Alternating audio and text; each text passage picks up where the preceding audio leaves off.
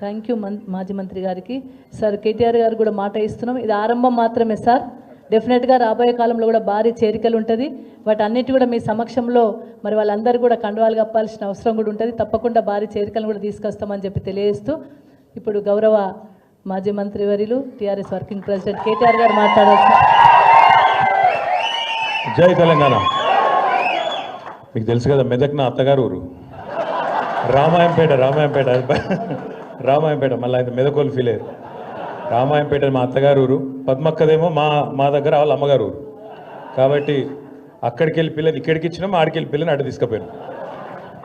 పేరున వేదికపై ఆసీనులైన పెద్దలు, మరి ఈరోజు ఈ కార్యక్రమానికి అధ్యక్షత వహిస్తున్న మా మెదక్ జిల్లా పార్టీ అధ్యక్షురాలు సోదరి శ్రీమతి పద్మా దేవేందర్ రెడ్డి గారు, గౌరవనీయులు పెద్దలు, మెదక్ జిల్లాలోనే కాదు రాష్ట్రంలోని ఏ మారుమూల ప్రాంతంలో ఏ సమస్య ఉన్నా అందరికంటే ముందు స్పందిస్తూ అందరికీ అండగా ఉండే గౌరవనీయులు పెద్దలు మాజీ మంత్రివర్యులు శ్రీ హరీష్ రావు గారు, గౌరవ పెద్దలు మాజీ శాసన మండలి సభ్యులు అన్న సేరి సుభాష్ రెడ్డి గారు, గౌరవ మాజీ శాసనసభ్యులు పట్లొల్ల శశిధర్ రెడ్డి గారు, గౌరవనీయులు సోదరులు గతంలో మెదక్ డీసీసీ ప్రెసిడెంట్గా పనిచేస్తూ ఆనాడు ఎన్నికల సమయంలో మన పార్టీ గెలుపును కాంక్షించి మనతో పాటు కలిసి వచ్చిన సోదరులు శ్రీ కంటారెడ్డి తిరుపతి రెడ్డి గారు, పెద్దలు గౌరవనీయులు కేసీఆర్ గారు అక్కడ శాసనసభ్యుడిగా ఉన్నప్పటి నుంచి మా అందరికీ చిన్నప్పటి నుంచి జగపతి అంకుల్ అని పిలుచుకునే అలవాటు మా బట్టి జగపతి గారు, అదేవిధంగా మా తమ్ముడు మల్లికార్జున్ గౌడ్ గారు, అన్న నాగర్ కర్నూల్ మాజీ శాసనసభ్యులు గౌరవనీయులు అన్న మరి జనార్దన్ రెడ్డి గారు, సోదరుడు జితేందర్ గౌడ్ గారు, సోములు గారు, మా తమ్ముడు ఎర్రోళ్ళ శ్రీనివాస్ గారు, ఇంకా వేదిక పైన ఉన్న అన్నలందరికీ పేరున రావుల చంద్రశేఖర్ రెడ్డి అన్నగారు, మన party general secretary head office in charge, అదేవిధంగా ఈరోజు మెదక్ నియోజకవర్గంలోని వివిధ ప్రాంతాల నుంచి తరలి వచ్చిన మా తమ్ముళ్ళు, అద్భుతంగా మాట్లాడిన జీవన్ కుమార్ గౌడ్ గారు, అదేవిధంగా నరేందర్ గారు, రంగారావు గారు, ఇంకా పేరున వారితో పాటు కలిసి వచ్చిన మీ అందరికీ హృదయపూర్వకంగా తిరిగి స్వాగతం సుస్వాగతం. పత్రికా మిత్రులకు కూడా హృదయపూర్వకంగా నమస్కారం.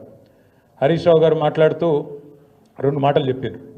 ఒకటి, సిద్దిపేట ఒకప్పుడు సిద్దిపేట అంటే పందులు గుర్తొచ్చేది, మెదక్ అంటే గాడిదలు గుర్తొచ్చేది, కానీ ఇప్పుడు సిద్దిపేటలో పందులు మాయమైనాయి అన్నారు.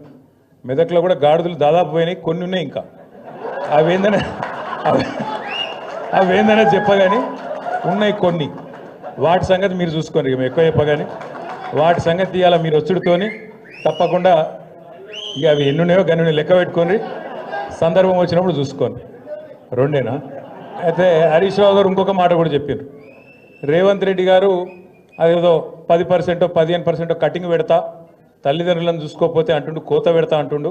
మరి రేవంత్ రెడ్డికి ఏం కోత పెట్టాలన్నారు? రేవంత్ రెడ్డికి కోతలు సరిపోవు, కర్రు కాల్చి వాత పెట్టేటట్టు మీరు అందరూ ప్లాన్ చేసుకోవాలి. ఎందుకంటే ఇంతకంటే లేకి ముఖ్యమంత్రి ఇక్కడ మస్తు మందిని చూసినాం. మనం కూడా ఎన్టీ రామారావు గారిని చూసినాం, చంద్రబాబు నాయుడు గారిని చూసినాం, రాజశేఖర రెడ్డి గారిని చూసినాం, రోషయ్య గారిని చూసినాం, కేసీఆర్ గారిని చూసినాం. ముఖ్యమంత్రి అంటే ఈ మధ్యలో కిరణ్ కుమార్ రెడ్డి ఉండే కానీ లెక్కలో లేడు ఆయన. పెద్ద ఆయన ఆఖరి కిరణం కాబట్టి లెక్క పెడతలేము. ఇక ఇంతమందిని చూసినాక మంచోళ్ళను ఈయనను చూస్తే వీళ్ళు ఎట్లా అనిపిస్తుందంటే, ఇక నాకు ఎట్లా అనిపిస్తుంది కానీ ఊళ్ళో ఎవరి ముంగట నన్ను గొట్టం పెడితే చాలు, ఒక తిట్లు కాదు, తెలుగు భాషల గిన్ని తిట్లుంటాయని కూడా తెలియదు, గన్ని తిట్లు తిడుతుండ్రు. నిజంగా చెప్తున్నా, ఇంకొకడు ఎవడన్నా రేషమునోడైతే ఈ పాటికి ఒక బకెట్లో నీళ్ళు తోడుకొని ఆయన దుంకి చచ్చిపోతుండే. రేవంత్ రెడ్డి కాబట్టి నడిచిపోతుంది. సిగ్గు ఇజ్జతు మానం ఏం లేవు. అరే నోరా మోరే అది. ఎలక్షన్ల ముందు ఏం చెప్పిండే ఆయన? మీ ఉరుకుర్రి 2 లక్షల రుణం తెచ్చుకోండి, నేను చెప్తానే ఉన్నా, వస్తూనే ఉన్నా, 9వ తారీఖు సంతకం అన్నాడు. మళ్ళీ ఇప్పటి వరకు 50,000 కోట్ల రుణమాఫీ అని ఇప్పటిదాకా రైతుల ఖాతాల్లో 12-13 వేల కోట్లు కూడా దాటలు వేసింది. కానీ అయిపోయిందని చెప్పి ఇలా ఉదరగొట్టే ఉపన్యాసాలు. రైతు బంధు కేసీఆర్ బిచ్చమేసినట్టు 10,000 ఇస్తుండు, నేను 15,000 ఇస్తా, నేను నన్ను ఓటేయండి గుద్దుండ్రి అన్నాడు. కేసీఆర్ 2 పంటలకు ఇస్తుండే, నేను 3 పంటలకు ఇస్తా అన్నాడు. వేసిండా రైతు బంధు? వస్తుందా? ఇలా సిగ్గు లేకుండా 2 సార్లు ఎగ్గొట్టి మొన్న అది కూడా మళ్ళీ అరకొరగానే వేసి 15,000 అని చెప్పి 12,000 ఇచ్చి దానికోసం అట సంబరాలు చేసుకోండి, ఇక మొత్తం దేశమంతా ఉరికురికి సంబరాలు చేసుకోండి అని చెప్పి రైతు వేదికల కాడ సంబరాలు చేసుకోమని చెప్తా ఉన్నాడు. దాంతోపాటు ఎన్ని మాటలు